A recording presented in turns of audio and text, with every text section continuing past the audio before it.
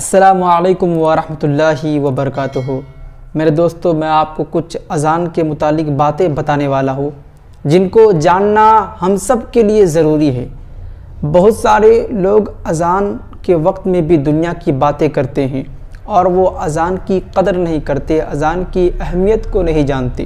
وہ غور سے سنیں، میرے نبی کریم صلی اللہ تعالی علیہ وسلم کے فرمان کا مفہوم ہے کہ جو اذان سن کر اذان کی جواب نہ دے، دنیا کی بات کرے، میرے نبی کریم صلی اللہ علیہ وسلم فرماتے ہیں کہ مجھے ڈر ہے وہ مرے گا تو کافر ہو کر مرے گا۔ دنیا کی بات کا کیا مطلب کہ اذان شروع ہوئی، آپ نے پوچھا یہ کپڑا کتنے کا ہے، آج مارکیٹ میں سبزیوں کا ریٹ کیا چل رہا ہے، آپ کا بزنس کیسے چل رہا ہے، یہ دنیا کی بات ہے۔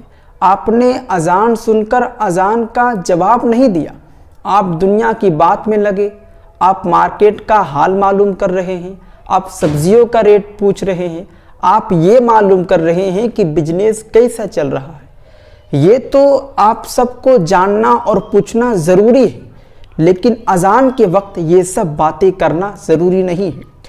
اذان کے وقت آپ ادب کے ساتھ خاموش ہو اور اذان کو غور سے سنیں اور ان کلمات کے آپ جواب دیں۔ اور اگر جو اذان سن کر اذان کی جواب نہ دے، دنیا کی بات کرے، میرے نبی کریم صلی اللہ علیہ وسلم فرماتے ہیں مجھے ڈر ہے وہ مرے گا تو کافر ہو کر مرے گا۔ اور جو لوگ اذان کی قدر نہیں کرتے، اذان کی اہمیت کو نہیں جانتے، اذان کے وقت گیم کھیلتے ہیں، اپنے کاموں پر مشغول رہتے ہیں، وہ میرے نبی کریم صلی اللہ علیہ وسلم کی اس حدیث کو غور سے سنیں۔ میرے نبی کریم صلی اللہ علیہ وسلم فرماتے ہیں کہ جب اذان ہو رہی ہو تو قرآن کی تلاوت کو روک دو، لیکن آج لوگ اذان کے وقت گالیاں بکتے ہیں، اذان کے وقت فلمیں دیکھتے ہیں، اذان کے وقت چیخو پکار کرتے ہیں، اذان کے وقت اپنے دوستوں سے باتیں کرتے ہیں۔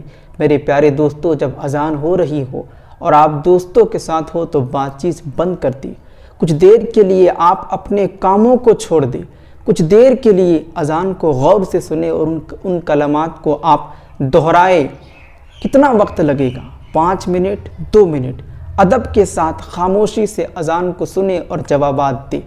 میرے پیارے دوستو، اذان کی شان کیا ہے؟ غور سے سنیے، دل آپ کا خوش ہو جائے گا اور آپ اس سے اتنی دور ہیں۔ مجھے امید ہے اس کے بعد آپ کبھی بھی اذان کے وقت بات نہیں کریں گے اور ہمیشہ اذان کو غور سے سنیں گے اور اذان کا جواب بھی دیں گے۔ سنیے اذان کی شان کیا ہے۔ جب تک اذان دینے والا اذان دیتا ہے، اتنی دیر تک اس کے سر پر خدا کا دست قدرت ہوتا ہے۔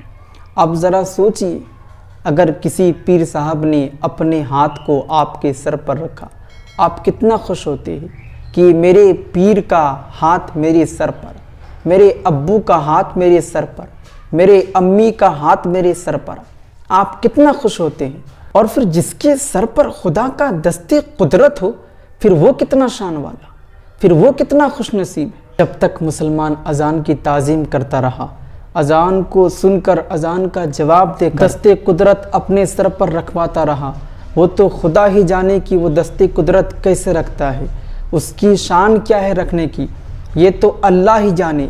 لیکن حدیث شریف میں آیا ہے کہ وہ دست قدرت آپ سب کے سروں پر رکھتا ہے۔ یعنی جب تک لوگ اذان کی تعظیم کرتے تھے، اذان کو غور سے سنتے تھے، اذان کے جوابات دیتے تھے اور اذان کی تعظیم میں اپنے کاموں کو چھوڑ کر غور سے اذان سنتے تھے، اور جتنی دیر تک وہ اذان سنتے تھے اتنی دیر تک خدا کا دست قدرت ان کے سروں پر ہوتا، پھر وہ اذان کو ادب کے ساتھ سن کر جواب دے کر اپنے کاموں میں لگ جاتے تھے۔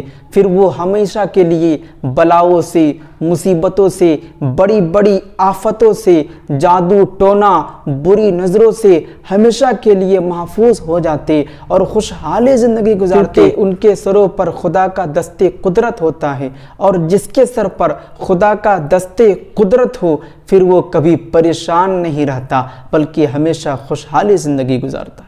تو میرے پیارے دوستو، آپ سب بھی اذان کو غور سے سنیں اور اذان کے جوابات کو دیں، کیونکہ جو اذان کو پورا مکمل سنتا ہے اور اذان جو دیتا ہے، دینے والے اور جو سنتا ہے، ان کے سروں پر بھی خدا کا دست قدرت اتنی دیر تک ہوتا ہے جب تک وہ اذان کو سنتا ہے۔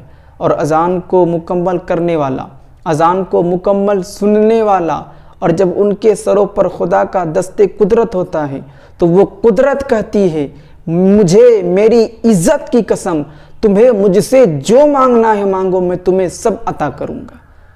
تو آپ اذان کو غور سے سنیں اور ان کے جوابات دیں اور خدا کے دست قدرت کو اپنے سروں پر رکھوائیں۔ آپ خود غور کریں، جن کے سروں پر خدا کا دست قدرت ہو، کیا وہ پریشان ہو سکتا ہے؟ کیا وہ مصیبت میں گرفتار ہو سکتا ہے؟ اگر کوئی بلا آنے والی بھی ہوگی، کوئی مصیبت آنے والی بھی ہوگی، تو آپ 5 وقت کے اذان کو غور سے سنتے اور 5 مرتبہ اور 5 ٹائم آپ کے سر پر خدا کا دست قدرت ہوگا، تو کیا آپ کے اندر کوئی تکلیف مصیبت آنے والی ہوگی بھی تو وہ مصیبت تکلیف اس وجہ سے دور ہو جائے گی۔ تو آپ اس بات پر عمل کریں۔ السلام علیکم ورحمۃ اللہ وبرکاتہ۔